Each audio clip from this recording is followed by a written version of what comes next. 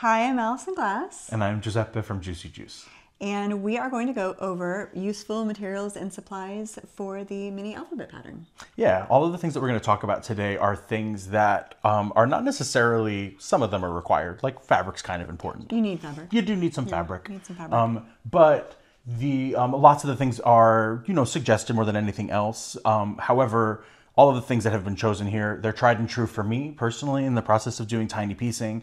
The whole point of foundation paper piecing is precision, and all of the tools that we're going to talk about today are things that are going to really help you to get the best results that you possibly can out of your tiny blocks. So, first things first, the one thing that, again, is kind of a non-negotiable, fabric. We very lovingly designed this collaborative collection called Soliloquy and Scrawl in hopes that you would use it for this very project. It's all type and like font kinds of designs and things like that, and we quite like it. Yeah, so it's letters to go with letters. Letters to go with letters. What a concept, right? Good stuff. Yeah. Yeah, but that was really fun to design. It was a very, very fun one. And I think it turned out really pretty. Absolutely. So, yeah, it's a nice one. yeah. So you can use any fabric you want. Absolutely. This is a great choice, and other things are also a great choice, including scraps, if that's something you'd like to do.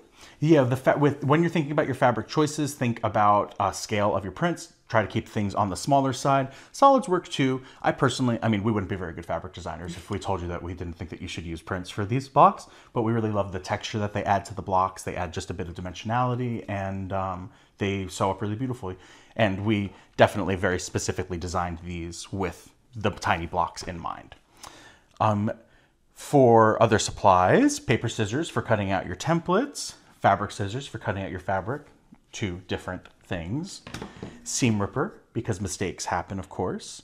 A pin cushion not a pin cushion, pins.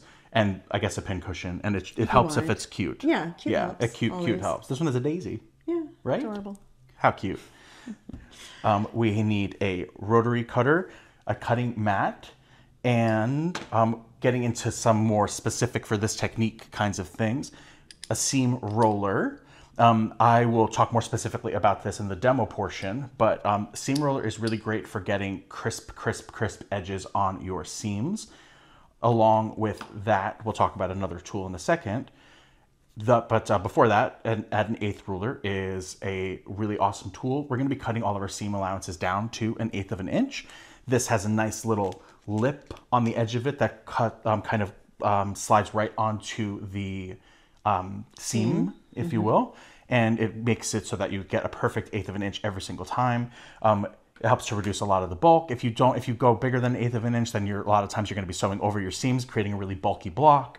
So that's really helpful for that. And my very, very favorite tool, and in my opinion, one of the most important, is Decobob thread by Wonderfill. This is an 80 weight cottonized polyester thread. It is super, super fine. There is a little bit of a learning curve that goes along with it. It doesn't stitch up like, a regular 50 weight cotton.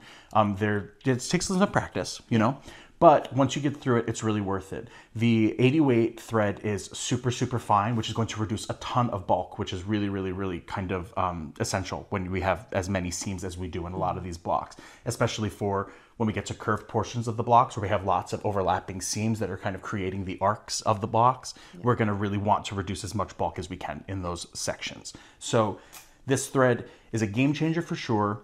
If you're a foundation paper piecer at all, this is just an absolutely excellent thread to use.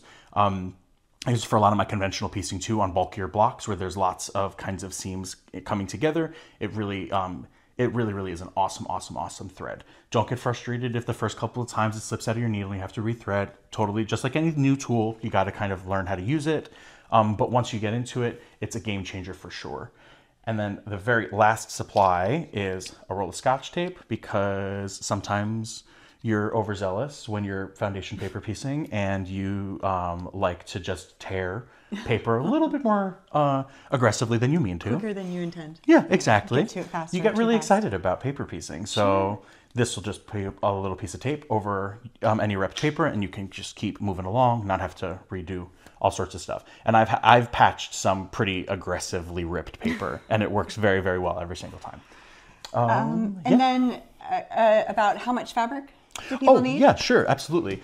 For amounts of fabric, I mean, if you have pretty much a fat eighth bundle for this, then you will have plenty. There are 40 SKUs in the collection. Fat eighth bundle of all of those is a great amount to have. I mean, that's specific to our, like the cover pattern that we have designed for you. But depending on what it is that you're saying, of course, you may need more. But I would say, generally speaking, a fat quarter bundle will be more than enough for what you're going to need to do. And then the background fabric, of course, will depend on the project that you're making for the sew along. But I think we were estimating about a yard to a yard and a half of background fabric could make about 26 letter blocks. So keep that in mind when you're making your choices. That's a good starting point. The cover quilt specific information is on the pattern, which is the other thing you're going to need to make the project, is the pattern. That's also an important supply. Yeah. Yeah. So the pattern, you can choose PDF or print, or a print plus PDF template version. And then if you'd like to participate in the sew along, the other thing you need to do is go sign up for it at its sign up link. So I think that's it. Sounds good to me. Okay. Yeah. We hope you'll join us for the sew along and workshop. And yeah, we'll see you there. They're really fun. You should come.